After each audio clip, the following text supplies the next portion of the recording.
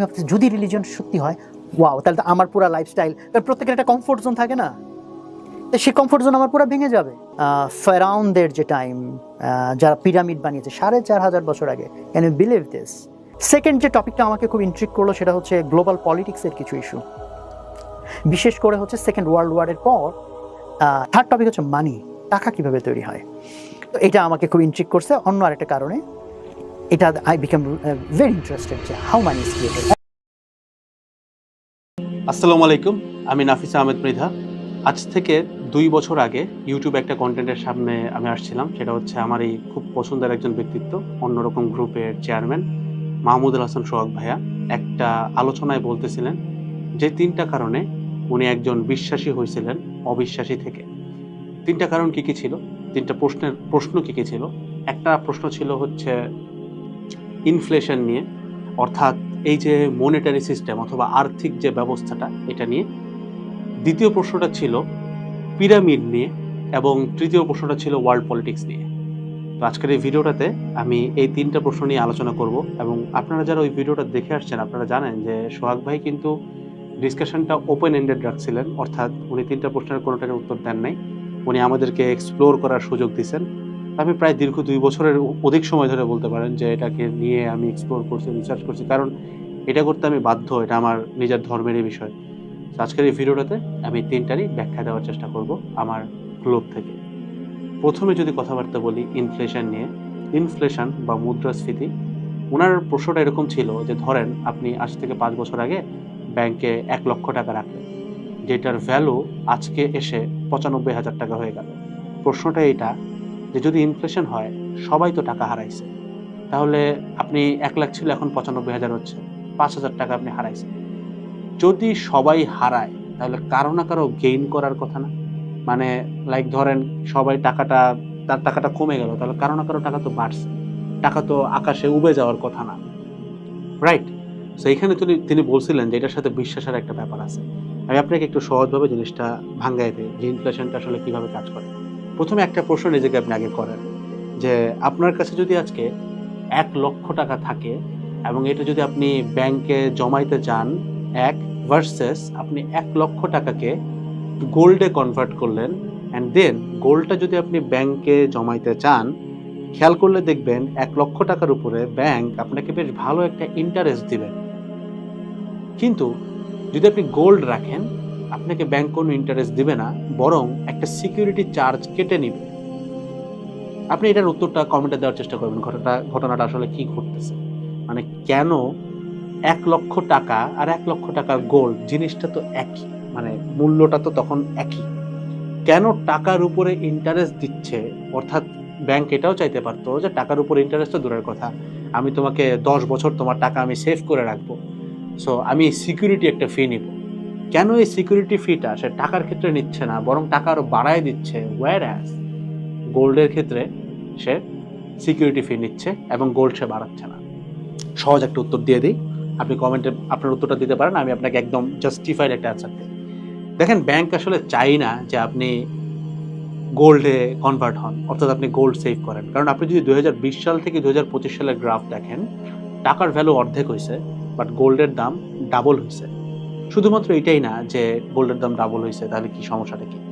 আরও বড় সমস্যা আছে। আপনি যদি গোল্ড কারেন্সিতে মুভ করেন, আপনার গোল্ডের দাম বাংলাদেশে যা পাবেন, মানে গোল্ড দিয়ে আপনি বাংলাদেশে যা কিনতে পারবেন, ইউএসএ ইউকে যেখানে যান একই জিনিসই কিনতে পারবেন। অর্থাৎ আমরা সবাই যদি গোল্ড কারেন্সিতে, অর্থাৎ আমাদের নবী রাসূল সাল্লাল্লাহু আলাইহি সাল্লামদের আমলে যে কারেন্সিটা ছিল ওইটা যদি ফলো করতে থাকি, তাহলে আমাদের নিজস্ব সম্পত্তি, নিজস্ব অর্থ, নিজের কষ্ট করা কামানোর টাকা, এটার উপরে কারো কন্ট্রোল থাকতো না। কিন্তু আপনি যদি সেই জিনিসটা টাকাতে করেন, আপনার টাকা কিন্তু কন্ট্রোলেবল। অর্থাৎ 1971 সালে আমেরিকার একজন প্রেসিডেন্ট নিক্সন একটা ল ক্রিয়েট করেন। তো আমি এটা এখনই ব্যাখ্যা করতেছি, খুব বেশি জটিল করবো না, আপনাদের জন্য সহজ করে দিচ্ছি। আপনি এটাকে আরো রিসার্চ করবেন, আমি এটা বিশ্বাস করি, কারণ আপনি যদি হেদায়েত চান, আল্লাহ আপনার কাছে হেদায়েত নিয়ে আসবেন।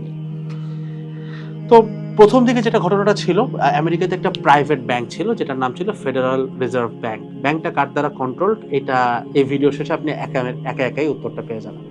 এটা একটা প্রাইভেট ব্যাংক, তবে এখন এই মুহূর্তে সারা বিশ্বের ব্যাংক হচ্ছে এই ফেডারেল রিজার্ভ ব্যাংক, অর্থাৎ ইউএস ডলার ছাপানো থেকে শুরু করে সবকিছুর এখতিয়ার অধিকার এই ব্যাংকটার আছে।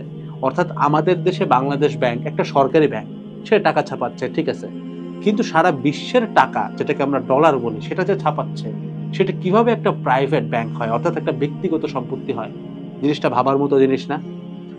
অ্যাকচুয়ালি 1971 সালের আগে পুরো পৃথিবীতে যে সিস্টেম ছিল সেটা হচ্ছে আপনার কাছে যতটুকু গোল্ড কারেন্সি আছে তার এগেনস্টে আপনি টাকা নিতে পারেন, তার এগেনস্টে আপনি ইউএস ডলার নিতে পারেন, এরকম ব্যাপারটা ছিল।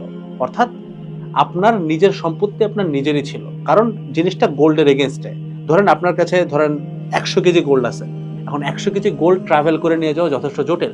সেই 100 কেজি গোল্ডের এগেনস্টে আপনি একটা রিসিপ্ট নিতে পারতেন, যে রিসিপ্টে লেখা থাকতো যে এই রিসিপ্টের বাহক হচ্ছে 100 কেজি গোল্ডের মালিক, এবং আপনি রিসিপ্টটা যেখানে নিয়ে যান আপনি সেটার ভ্যালু উঠায় আনতে পারতেন।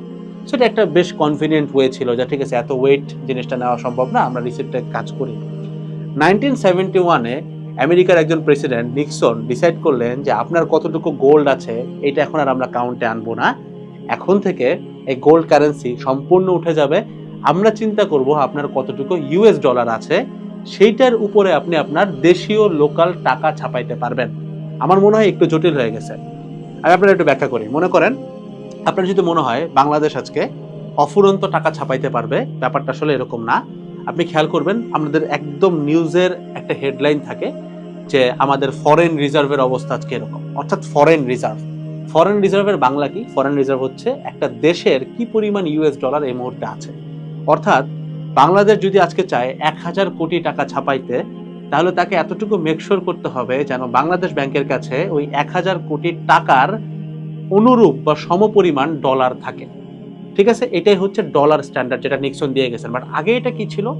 আগে এটা এরকম ছিল যে আপনার কাছে যে পরিমাণ গোল্ড আছে সেইটার ভ্যালু অনুযায়ী আপনি টাকা ছাপাইতে পারবেন, ডলার ছাপাইতে পারবেন। এবং এখানে প্রবলেম যেটা হয়েছে, কেন আমাদের উপর কন্ট্রোল করতে তারা পারতেছিল না এবং কেন নিক্সন এই কাজটা করলো, এটার রিজন হচ্ছে গোল্ডের দাম সবখানেই এক। তো ধরেন আপনার কাছেও গোল্ড আছে, আমেরিকার কাছেও গোল্ড আছে, তো দুইটা ব্যক্তি দুইখানে সমান পরিমাণ ধনী হবে। যদি এই কাজটা করা যায় তাহলে তো আমেরিকা আমাদের উপরে সুপার পাওয়ার টানতে পারবে না। দ্যাটস ওয়াই তারা যেটা করলো, এই গোল্ড স্ট্যান্ডার্ডটাকে পুরোপুরি উঠাই দিল, বললো গোল্ড টোল্ড বুঝি না, তোমাদের ইউএস ডলার রাখতে হবে, তোমাদের ইউএস ডলারের এগেনস্টে তুমি টাকা ছাপাইতে পারবা। এইবার হচ্ছে মেইন খেলাটা আসলো। দেখেন আমেরিকায় 1 ইউএস ডলার মানে 1 ইউএস ডলার, কিন্তু বাংলাদেশে 1 ইউএস ডলার মানে কিন্তু 1 ইউএস ডলার না। এটা কিন্তু টাকাটা যখনই আপনি কনভার্ট করেন, আপনি যদি উল্টা চিন্তা করেন টাকাকে ইউএসডি করলে আপনার ভ্যালু কিন্তু অটোমেটিক্যালি কমে যাচ্ছে। অর্থাৎ আপনি হয়তো বাংলাদেশে কোটি কোটি টাকার মালিক, এইটাই যখন কনভার্ট করে আপনি ইউএসএ তে যাচ্ছেন আপনি কিন্তু আর কোটিপতি থাকলেন না, বুঝতে পারছেন? অর্থাৎ ইউএস কারেন্সিতে কিন্তু আপনি কোটিপতি না, কিন্তু ওই ইউএসএ তে যে লোকটা কোটিপতি, যদি আগে গোল্ড স্ট্যান্ডার্ড থাকতো, সে যদি গোল্ডে কোটিপতি হইতো, দুজনের পাওয়ার কিন্তু সেম হইতো। কিন্তু যেহেতু গোল্ড স্ট্যান্ডার্ডটা উঠে গেল, এখন কিন্তু পাওয়ারটা আর সেম থাকলো না। তো 1971-এ নিক্সন একটা ল পাবলিশ করে আমেরিকার প্রেসিডেন্ট হিসেবে, যে এখন থেকে গোল্ড স্ট্যান্ডার্ড বলে আর কিছু নাই, এখন থেকে পুরো ব্যাপারটা আমরা ইউএসডিতে কাউন্ট করব। এবং ইউএসডিতে কাউন্ট করলে ওই একই লাভ, কারণ গোল্ডের দাম আপনি 19-20 করতে পারবেন না, করলে পুরো পৃথিবীরটাই করতে হবে। কিন্তু আপনি একটা স্পেসিফিক, ধরেন আপনার ভালো লাগতেছে না রাশিয়াকে, আপনি রাশিয়ার টাকার ভ্যালুটা কমায় দেন, সো অটোমেটিক্যালি দেশটা গরিব হয়ে যাচ্ছে। এই ক্ষমতাটা এস্টাবলিশ করার জন্য আমেরিকা এই কাজটা করে, এবং এই কাজটা করার পরেই এই ইভেন্টটাকে বলা হয় নিক্সন শক। নিক্সন শক মানে কি? এটা একটা শক, মানে জিনিসটা কি, এই ঘটনাটা ঘটানোর পরে ওই যে প্রাইভেট ব্যাংকটার কথা বলছিলাম শুরুর দিকে, ফেডারেল রিজার্ভ ব্যাংক, এই ব্যাংকের সম্পূর্ণ পাওয়ার, সম্পূর্ণ অথরিটি চলে আসে ইচ্ছা মতো টাকা প্রিন্ট করা। কারণ এখন আর গোল্ড রিজার্ভ বলে কোনো কিছু নাই, তারা ইচ্ছা করলেই 1 ট্রিলিয়ন 100 ট্রিলিয়ন ডলার ছাপাইতে পারে এবং যে কোনো একটা দেশের একটা নাগরিককে সম্পূর্ণ গরিব করে দিতে পারে। এখন একটা জিনিস আসতে পারে যে আমেরিকা তাহলে সুপার পাওয়ার হইলো কেমনে?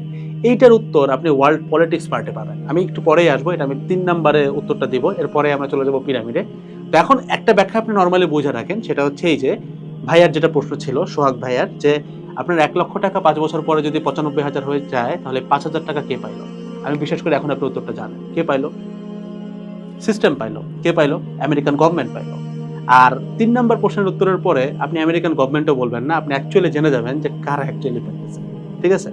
এখন আসেন আমরা সেকেন্ড প্রশ্নের উত্তরে চলে যাই, যে পিরামিড পিরামিড কিভাবে আবিষ্কার হলো ওই টাইমে, বা পিরামিড মানুষ বানাইলো কিভাবে, যেই টেকনোলজিটা আমরা এখন পর্যন্ত অ্যাভেল করতে পারিনি। আমি নিজে বুয়েটের সিভিল ইঞ্জিনিয়ারিং এর ফাইনাল ইয়ারে আছি। বিশ্বাস করেন, পিরামিড কিভাবে বানাইতে হয় এটা আপনি বুয়েটকে বাদ দিতে পারেন, বিশ্বের কোনো ভার্সিটির এখনো সক্ষমতা হয় নাই যে ওই লেভেলের পাথরগুলো, মানে ভাইয়া যেটা বলছেন যে এক একটা পাথর আপনার প্রায় মানে ওইটা মানে যত টন, ওই টনটাকে ক্যারি করতে গেলে এখন প্রায় 14 থেকে 15টা ট্রাক লাগবে, বড় ট্রাক যেগুলো 2 টনের, ঠিক আছে। তো এত বড় বড় একটা পাথরকে প্রায় 22 তলা হাইটে উঠানো হয়েছিল, এবং সেটাকে যেভাবে বসানো হয়েছে ওইটা লিটারালি মানে একদম এক্স্যাক্টলি পারপেন্ডিকুলার, মানে যেই লেভেলের প্রিসিশন করতে আমাদের এখন লেজার টেকনোলজির দরকার পড়ে। তো এইটার সাথে আসলে ইসলামের যোগসূত্রটা কোথায়? আপনাকে যদি তুমি কয়েকটা প্রশ্ন করে আপনি এটার উত্তর পেয়ে যাবেন। দেখেন, আপনি জানেন যে আমরা এই মুহূর্তে বীজগণিত থেকে শুরু করে মেডিকেল অজস্র টার্ম, মানে mathematics, medical and even physics তো একটা ম্যাথমেটিক্সের এক্সটেন্ডেড ভার্সন। এই সব জায়গাতে যদি আপনি একটু লক্ষ্য রাখেন, আপনি একটা জিনিস খেয়াল করলে বুঝবেন, এগুলোর এই বিভিন্ন লয়ের ইনভেন্টর মেজরিটি কিন্তু মুসলিম ছিলেন। বাট এই সিস্টেমটা তাদের নিজস্ব সুবিধার্থে এই মুসলিম ইনভেন্টরদের নামটাকে বিকৃত করে বিভিন্ন নামে তৈরি করা হয়েছে। বেশি বলার সুযোগ নেই, আমি বিশ্বাস করি আপনি ঘাটলেই এগুলোর প্রত্যেকটার উত্তর আপনি বের করতে পারবেন। অনলাইনে অ্যাভেলেবেল আছে, জাস্ট আপনার সামনে আসে না, কারণ এটা লুকায় রাখা হয়, ঠিক আছে। আপনাকে জাস্ট একটু সার্চ করে বের করতে হবে। আপনি জানেনই যে এই নামটাকে বিকৃত করে এই নামটা করা হয়েছে, অর্থাৎ এই মেজরিটি ইনভেনশন কিন্তু আমাদের মুসলমানদের হাত ধরেই আসছে। এবং এটা একটা পয়েন্ট, বাট এটা এক্স্যাক্টলি পুরো জিনিসটাকে ডিসক্রাইব করতেছে না যে পিরামিডে কি হয়েছিল। সোহাগ ভাই নিজে ভিডিওটাতে বলে দিয়েছিলেন যে আমাদের টেকনোলজি একটা পর্যায়ে একদম সর্বোচ্চ চূড়াটা রিচ করছে, অর্থাৎ ওই যে পিরামিডের আমলটা, অর্থাৎ মুসা আলাইসাল্লামের যুগটা অথবা ফেরাউনদের যে যুগটা, ওই যুগের টেকনোলজি এতটা বেশি পাওয়ারফুল ছিল যেটা আমরা এখন পর্যন্ত ইভেন আমাদের এআই নিয়েও ওই পর্যন্ত পৌঁছাইতে পারি নাই। এটার আমি আপনাকে আরো সলিড আরেকটা ব্যাখ্যা দিই, শুনেন। লাইক ফেসবুক আপনার ফিড কন্ট্রোল করতে পারে কত সাল থেকে? আমরা তো এআই এর নাম শুনতেছি প্রবাবলি 20 সালের পরে, 20 সালের বেশ পরে। ফেসবুক কিন্তু মোটামুটি 10 সালের আগের থেকেই আপনার নিউজ ফিডটাকে কন্ট্রোল করতে পারে। বাংলায় হিসাব করে বলি, জিনিসটা মনে করেন আপনি মেসেঞ্জারে আপনার বন্ধুকে বলছেন যে আমার একটা টি শার্ট লাগবে, ফেসবুক অটোমেটিক্যালি আপনার ফিডটা ভরে দিচ্ছে টি শার্ট দিয়ে, just T shirt and T shirt. তার মানে ফেসবুক কন্ট্রোল করতে পারতো। এখন এআই আসার পরে আপনি বুঝতে পারতেছেন যে হ্যাঁ, কন্ট্রোল করা তো সহজ, কিন্তু এই খবরটা আপনি এতদিন জানেন নাই কেন? ঘটনাটা কি এমন না যে এআইটা অনেক আগে থেকেই ছিল, জাস্ট আমরা জানতাম না? হওয়ার চান্স কিন্তু অনেক বেশি হাইয়ার। ইভেন আমেরিকান ইন্ডাস্ট্রির বা হলিউডের যে অজস্র মুভি আছে, যেখানে আপনি দেখলে বুঝবেন যে এআই এর একটা ছাপ কিন্তু আছে, আপনি বুঝবেন ওইটা নিয়ে কথা হচ্ছে, কিন্তু এটা আমাদের সামনে কখনোই ক্লিয়ারলি আসে নাই। অর্থাৎ এখান থেকে বোঝা যায় যে এই যে আমাদেরকে একটা জিনিস খাওয়ানো হয় যে প্রথম স্রষ্টার প্রথম মানুষটা ছিল হচ্ছে একটা বানর, আস্তাগফিরুল্লাহ, অ্যান্ড দেন আমরা ইভলিউশনের থ্রুতে মানুষ হয়েছে, অর্থাৎ প্রথমে গুহা মানব ছিল, এই ধারণাটাই মিথ্যা। এই জিনিসটা করা হয়েছে যেন আপনি তারা যেটা খাওয়াচ্ছে সেটা আপনি খাইতে পারেন। কারণ আপনি যদি এই জিনিসটা জানতেন, যে আপনি যদি এই জিনিসটা বিলিভ করতেন যে না, প্রথম যে সৃষ্টি ছিলেন সেটা হচ্ছে আমাদের নবী হযরত আদম আলাইহিস সালাম, এবং তিনি কোনো গুহার মানুষ ছিলেন না, তিনি সভ্য মানুষ ছিলেন এবং তিনি একজন নবী ছিলেন। সো ওই হিস্ট্রিটা যদি আপনি খাওয়া শুরু করেন, তাহলে কিন্তু আপনার কাছে ওই টেকনোলজির ইনভেনশন এখন যেভাবে করে দেখানো হচ্ছে যে আমরা সভ্যতার চূড়ায়, এটা কিন্তু খাওয়ানো সম্ভব না।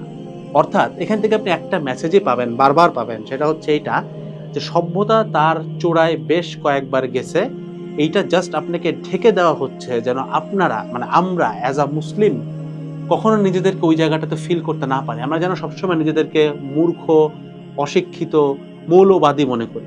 এই জিনিসটা করার জন্যই জাস্ট এই আমাদেরকে এই ব্রেন ওয়াশিংটা দেওয়া হয় যে না, আগে আমরা বানর ছিলাম, কারণ আমরা তো আগে বলতেছি যে না আমাদের নবী ছিলেন, হাউ ডেয়ার ইউ সে, এইভাবে বলা, আস্তাগফিরুল্লাহ।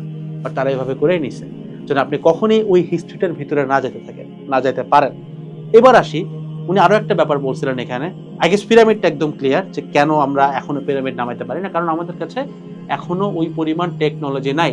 এবং আপনি যদি চিন্তা করে থাকেন যে মানুষ খালি হাত দিয়ে পাথর উঠাইছে, না ভাই, খালি হাত দিয়ে পাথর উঠাইলেও এটা কখনো ওই লেভেলের প্রিসিশনে যাওয়া যায় না। এবং এগুলো যে আমলের কথা হইতেছে, তখন বিভিন্ন গুহার ভিতরে মিশরের পিথাগোরাসের ফর্মুলা লেখা থাকতো, যেই টাইমে পিথাগোরাস স্যারের জন্মই হয় নাই, ওই টাইমে পিথাগোরাসের ফর্মুলা লেখা ছিল, হেলিকপ্টারের কনসেপ্ট দেওয়া ছিল।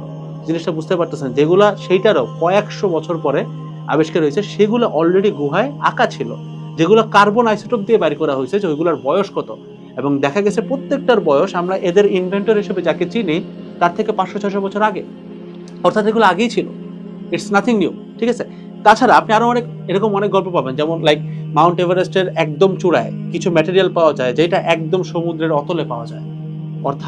অর্থাৎ এমন ঘটনা ঘটলে আমি অবাক হব না যে আল্লাহ এমন কিছুই করছেন যে পুরো একটা পৃথিবীর নিচে যে প্লেটগুলো থাকে এটাকে পুরোটাই উল্টে দেওয়া হয়েছে, আমরা কিছুই জানি না। এমনও হতে পারে কিছু কিছু অংশের সাথে কিন্তু এটা হয়েছে, হয়তো সব উল্টায় নাই, কিছু নিদর্শন তো আমরা দেখতেই পাচ্ছি, বাট অনেক ক্ষেত্রে এই ঘটনাটা কিন্তু ঘটছে। সেটা ছিল হচ্ছে ব্যাখ্যা যে পিরামিড আসলে কেন হয়েছে, রিজন কি, তখন তারা টেকনোলজির পিকে ছিল। এবার আসে আরেকটা প্রশ্নের ব্যাখ্যা, যে কেন আমাদের আল কোরআনে মুসা আলাইহিসসালামের ঘটনাটা সব থেকে বেশি ইলাবোরেটেড। লাইক আপনি যদি আমাদের নবী রাসূলদের জীবনী পড়েন, রাসূল সাল্লাল্লাহু আলাইহি ওয়াসাল্লামের জীবনী পড়েন, আপনি খেয়াল করলে দেখবেন আমাদের মুসলমানদের জন্য সব থেকে ইম্পর্টেন্ট প্রফেট কিন্তু হযরত মুহাম্মদ সাল্লাল্লাহু আলাইহি ওয়াসাল্লাম।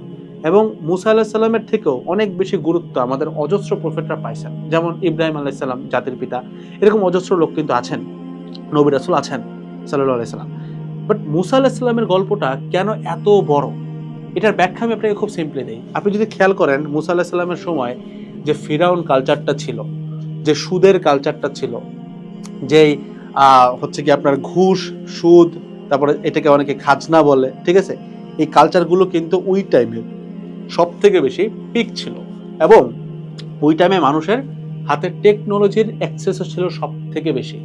তো আল্লাহ বারবার আমাদেরকে এই জিনিসটা রিকল করাইছেন এখানে, যে এই যে সুদ, এই যে কারেন্সিটাকে নষ্ট করতেছে, এটা যেন আমরা না করি। দ্যাটস ওয়াই ওই পার্টটা সব থেকে বেশি। কারণ ফেরাউন বলতে কিন্তু আমরা একজনকে বুঝি, বাট ফেরাউন কিন্তু আসলে একজন না, ফেরাউন কিন্তু একটা গোত্রের নাম, মানে গোত্র বলতে মিশরের রাজাদেরকে ফেরাউন বলা হয়তো, ঠিক আছে, এরা কিন্তু অনেকজন। তো তাদের এই পুরা সময়টা জুড়ে এই সুদের যে কারেন্সিটা এখন আমরা যেটা খাচ্ছি আর কি, যেটা সুদই, তো আপনি টাকা ব্যাংকে রাখছেন মানে কিন্তু আপনার সুদ, ইনফ্যাক্ট টাকা জিনিসটাই একটা সুদ। এই পুরা জিনিসটার উত্থান পতন তখনই এই মডেলগুলো ছিল। সো ওই মডেলটার দিকে আমাদেরকে বারবার ফোকাস করা হয়েছে। ঘটনা কিন্তু এরকম না যে 1971 থেকেই সুদ শুরু হয়ে গেল, না, সুদ কিন্তু হাজার হাজার বছর ধরেই আছে, বাট এটা আমরা জানতাম না, মাঝখান দিয়ে আবার একজন আসছে। মেইন কথা হচ্ছে এটা আমাদেরকে এতটুকু সেন্স দেয় যে আমরা ইতিহাসে যেটা পড়তেছি সেটা এক্স্যাক্টলি এক না, কথাটা একই না। ইনফ্যাক্ট আপনি যত প্রকারের মতবাদ পড়ে আসছেন যেটা এটার বিরোধিতা করে, ঘটনা কিন্তু এক্স্যাক্টলি ওরকমই না, যে এইটাই হয়েছে এরকম না। অনেকবার সভ্যতা তার পিকে গেছে, কখনো সেটা লাইক আল্লাহ মিশাই দিয়েছেন, কখনো সেটা হারায় গেছে, দেন আবার জিরো থেকে আসছে। সো গুহা মানবের কনসেপ্টটা এটা কমপ্লিটলি একটা ভ্রান্ত ধারণা, অ্যান্ড এটার কোনো ভিত্তি আসলে ইসলামের প্রেক্ষিতে নাই। সো এটার সাথে ইসলামের কানেকশনটা এক্স্যাক্টলি এখানে। এবং কেন আল্লাহ বারবার বলছেন যে তোমরা সুদ থেকে বিরত থাকো, মানে সুদ নিছো মানে আল্লাহ এবং তার রাসূল সাল্লাল্লাহু আলাইহি সাল্লামের সাথে তুমি যুদ্ধ ঘোষণা করছো। সোহাগ ভাই ভিডিওটাতে খুব ক্লিয়ারলি বলছেন যে ধরেন যে আমি আপনাকে লেকচার দিচ্ছি 23 ঘন্টা ধরে, তো 23 ঘন্টা শুরুতে আমি একবার বলছি যে তোমরা সুদ নিও না, পুরো লেকচার শেষ করে আবারও রিপিট করতেছি তোমরা কিন্তু সুদ নিও না, সুদ নিলে কিন্তু আমার সাথে এবং রাসূল সাল্লাল্লাহু আলাইহি সাল্লামের এগেইনস্টে তুমি যুদ্ধ করতেছো। এই কথাটা বলার কারণ কি, তার মানে সুদকে উনি এতটা বেশি ইম্পর্টেন্স দিচ্ছেন যে এটা কুরআনের লাস্ট আয়াত, যদিও সেটা উনি মাঝখানে অনেকবার বলছেন। অর্থাৎ আমি যদি দুইটা প্রশ্নকে একসাথে একটা সুতায় আনতে চাই, আপনি এটুকু বুঝবেন যে সুদটা টাকা থেকে আসলো, এবং এই পুরো সুদটাই আমাদের এই পুরো হিস্ট্রিটাকে চেঞ্জ করতেছে, আমাদের পুরো লাইফস্টাইলকে চেঞ্জ করতেছে, আমাদের পুরো বিলিফকে চেঞ্জ করতেছে। টাকা থেকে কেমন সুদ আসলো, আপনি একটা নর্মালি চিন্তা করেন, ইউএস ডলার ছাপানোর এখতিয়ার শুধুমাত্র পৃথিবীতে একটা ব্যাংকের আছে, যেটার নাম হচ্ছে ফেডারেল রিজার্ভ ব্যাংক। তো ফেডারেল রিজার্ভ ব্যাংক ধরেন আপনাকে $10 দিল, $10 দিয়ে বললো পরের বছর তুমি আমাকে $11 দিবা। এখন একটু নর্মালি চিন্তা করেন, আপনি তো ডলার ছাপাইতে পারেন না, ইনফ্যাক্ট আপনি যে ডলারটা ইনকাম করতেছেন সেটাও ফেডারেল রিজার্ভ ব্যাংকই দিছে। তাহলে যে জিনিসটা আপনি তৈরিই করতে পারেন না সেটা আপনাকে 10টা দিলে আপনি কিভাবে তাকে 11টা দিবেন? তার মানে কি, আপনি ওই $1 লোন নিচ্ছেন, $1 সুদে লোন নিচ্ছেন, তার মানে এই টাকার উৎপত্তিটাই হইলো কোথাতে? সুদে। বুঝতে পারছেন? সো এইখানে হচ্ছে এই দুইটার কানেকশন, ঠিক আছে। এবার আসেন আমরা 3 নম্বরে চলে যাই, যে লাস্ট পয়েন্ট যেখান থেকে আমি উত্তরটা পাবো, যে মানে কিভাবে এই 3টা ঘটনা একসাথে রিলেটেড, সেটা হচ্ছে ওয়ার্ল্ড পলিটিক্সকে সোহাগ ভাই একটা প্লট টানছিলেন যে আমাদের এখানে অনেকগুলা যুদ্ধে যখন বাঙালিরা পরাজিত হয়, যখন ব্রিটিশদের আরো 500 বছর শাসন করার কথা, হুট করে আউট অফ নো হোয়ার 1947-এ ব্রিটিশরা এরিয়া ছেড়ে চলে গেল। এবং কোন একটা অদ্ভুত কারণে হুট করে তখন আমেরিকা পুরা পৃথিবীর রাজা হয়ে গেল।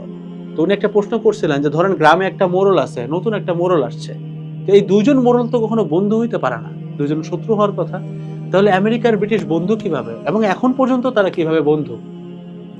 এইটার ভিতরে মানে আপনি যদি এই প্রশ্নটার উত্তর বের করতে পারেন, আপনি পুরা ঘটনাটার উত্তর পেয়ে যাবেন। অর্থাৎ এটার উত্তর জানার পরে আপনি আপনার পক্ষে অবিশ্বাসে থাকা সম্ভব না। আমি উত্তরটাতে চলে যাচ্ছি। আমি পুরা একদম এক্স্যাক্টলি নাম ধরে বলার সুযোগ নাই, আমি এভাবে করে বলবো না। ওইটুকু বের করার দায়িত্ব আমি আপনাদের উপর ছেড়ে দিচ্ছি। আপনি আল্লাহর কাছে হেদায়েত চাইলে আপনি পাবেন। তবে আমি আপনাকে ইনাফ হিন্টস দিয়ে দিব, যে হিন্টসগুলো আপনি ইউজ করলে ঠিক এই পর্যন্ত পৌঁছাতে পারবেন, কারণ আমি নিজে পৌঁছেছি। 1700 শতাব্দী এবং 1800 শতাব্দীর মাঝখান বা শুরুর দিকটাতেই, মানে এরকম একটা অ্যাপারেন্ট টাইমে একটা বংশের উদ্ভব হয়, মানে একটা বংশ খুব বড়লোক হয়ে ওঠে, যেটার নাম হচ্ছে রথচাইল্ড। এই রথচাইল্ড বংশটায় 5টা সন্তান ছিল, মানে বাবার 5টা সন্তান ছিল, এবং তাদের এত বেশি প্রভাব প্রতিপত্তি ছিল যে তারা পুরা ওয়ার্ল্ড ইকোনমিটাকে কন্ট্রোল করার এখতিয়ার রাখতো। তার যে 5টা সন্তান, এই 5টা সন্তানকে সে বিভিন্ন মহাদেশে প্রেরণ করে, এবং তাদের কাজটাই থাকে ওই রথচাইল্ডের মোরালিটিটাকে স্প্রেড করা। আচ্ছা, তাদের মোরালিটিটা ছিল কি? আসেন আমি একটু ব্যাখ্যা করে দিই, খুব ইজি ব্যাপার। সেটা হচ্ছে এই যে মুসলিমের যে বিলিফটা, মানে আমাদের যে কোর বিলিফটা, সেটার কমপ্লিট এগেইনস্টে তাদের মোরালিটিটা সেট করা ছিল। লাইক ধরেন মিউজিক, সুদ, ফিয়াট কারেন্সি, লোন দেওয়ার কনসেপ্টটা, মানে ওটার সাথে সুদের কনসেপ্ট মেলানো থেকে শুরু করে, মানে টোটাল সিস্টেমটাকে ডিসরাপ্ট করার জন্য যতগুলা এলিমেন্ট দরকার, ইনফ্যাক্ট ইভেন ইলুমিনাতি পর্যন্ত, অর্থাৎ যেটাকে আমরা স্যাটানিজম বা শয়তানের পূজা বলি, সেই কনসেপ্টটা পর্যন্ত তারা বিভিন্ন জায়গায় ছড়ায় দেয়। এবং এই তাদের এজেন্ডাটাই ছিল যেন কখনোই পৃথিবীতে মুসলমানদের সংখ্যার আধিক্য না ঘটতে পারে। তারা যেন ধীরে ধীরে হয় কনভার্ট হয়ে যায়, অথবা তারা যেন নাস্তিক হয়ে যায়, অথবা তারা যেন সেকুলার কিংবা অ্যাগনস্টিক হয়ে যায়। এবং এই ঘটনাটাকে আরো বেশি প্রবল করার জন্য তারা অনেকগুলো কনসেপ্টের উত্থান ঘটালো, যেমন ধরেন LGBTQ, যেমন ধরেন ফেমিনিজম, এরকম আরো হাজার হাজার কনসেপ্ট আছে যেগুলো তারা এইটার ভিতরে দিয়ে দিছে, রেসিজম থেকে শুরু করে, যেন আমরা এগুলা নিয়ে ফাইট করতে থাকি। এন্ড মাঝখান দিয়ে তারা আস্তে আস্তে করে কনভার্সনের কাজ চালাবে। যদি আপনি রথচাইল্ড নিয়ে জাস্ট একটু পড়াশোনা করতে পারেন ডিপে, আপনি বুঝে যাবেন ঘটনাটা আসলে কোথায় ঘটছে। একটু সামনের দিকে আমি আরেকটু কানেক্ট করে দিই আপনাকে। এই রথচাইল্ড, আপনি একটু জিনিসটা বুঝেন, যখন পুরো পৃথিবীর মুসলমানরা জানা শুরু করতেছে যে আমাদের মেইন শত্রুটা রথচাইল্ড, তখন কিন্তু তার অ্যাটাক হওয়ার চান্স অনেক বেশি। অর্থাৎ আমরা কিন্তু ইসলামের স্বার্থে অবশ্যই চিন্তা করবো যে তার এগেইনস্টে আমরা কি করতে পারি। দ্যাটস ওয়াই যে সিস্টেমটা এটাকে রান করতেছে, তাদের মাথায় অবশ্যই এটা আসার কথা যে এই রথচাইল্ডকে আমাকে হাইড করতে হবে, অর্থাৎ পুরো বিশ্বর কাছে জিনিসটাকে ঘোলাটে বানাইতে হবে। অর্থাৎ কেউ যেন বুঝতেই না পারে যে কে আসলে এই জিনিসটার উত্থান করলো, কে আসলে অ্যান্টি ইসলামিক কাজকর্মগুলোকে প্রমোট করতেছে। এটার কারণে তারা যেটা করলো, জাস্ট কিছু না, 100 বছরের মাথায় এই রথচাইল্ডের ক্ষমতাটা তারা আস্তে আস্তে কমানো শুরু করলো, এবং বিভিন্ন আরো ডিফারেন্ট নামের বিভিন্ন এরকম বংশীয় মর্যাদা সম্পন্ন, বংশীয় পাওয়ারফুল লোকজন কিংবা বিভিন্ন দেশের গভর্নমেন্ট, এদেরকে এখানে বসানো শুরু করলো। অর্থাৎ তারা জাস্ট ওই অ্যাটাকটাকে কনফিউজিং বানানোর ট্রাই করলো, যে তুমি কাকে অ্যাটাক করবে, এখন তো সবাই এরকম হয়ে গেছে, কয়জনকে অ্যাটাক করবা, ঠিক আছে। এই কাজটা করার মাধ্যমে তারা এই জিনিসটাকে এমন ভাবে বানায় ফেললো যে আপনার এখন দেখলে মনে হবে যে আচ্ছা, হু ইজ মাই এনিমি, আপনি জানেনও না, হয়তো আপনার পাশের লোকটাই আপনার এনিমি, বাট আপনি জানেন না। দাজ্জালকে আপনি জানেন না, হয়তো আপনার সাথেই আছে, জাস্ট আপনি জানেন না। সো এই যে ঘটনাটা, এটা আমি একটা প্রতীকী স্বরূপ ইউজ করতেছি, যে রথচাইল্ড দেন হাইড করে ফেলা। সো এই যে ব্রিটিশ, এই যে আমেরিকা, এই যে ইন্ডিয়া, যত কিছু দেখেন, এগুলো হচ্ছে জাস্ট কিচ্ছু না, পাপেট। অর্থাৎ টোটাল সিস্টেমটা দুইটা ভাগে বিভক্ত, একটা ভাগ মুসলিম, আরেকটা ভাগ আপনি গবেষণা করে বাইর করবেন, এটা আপনার দায়িত্ব। এই দুইটা ভাগের মধ্যে মুসলিমের রিপ্রেজেন্টেটিভ এই মুহূর্তে এরকম খুব একটা পাওয়ারফুল নাই, তবে হ্যাঁ আলহামদুলিল্লাহ অনেক আলেম আছেন। তবে এই যে সিস্টেমের যে আরেকটা রিপ্রেজেন্টেটিভ, যেটা আমি বললাম, মানে একটা তো মুসলিম আর একটা হচ্ছে সিস্টেম, এই সিস্টেমের রিপ্রেজেন্টেটিভগুলো এখন অতিরিক্ত পাওয়ারফুল। এবং এই ঘটনা খুব সম্ভবত, এরা অনেক আলেমরাই বলেন যে এটা খুব সম্ভবত ইমাম মাহাদির জামানা পর্যন্ত এরকমই থাকার চান্স আছে।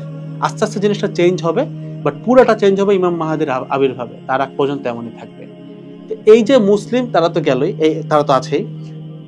আরেকটা যে পার্ট, সিস্টেমের পার্ট, এরা নিজেদেরকে লুকায় রাখার জন্য, নিজেরা যেন কখনোই আমাদের সামনে না আসে, যেন তাদেরকে কেউ অ্যাটাক না করে, তাদের এগেনস্টে কেউ যায়, তারা অনেক সময় এক একটা পাপেট ইউজ করে।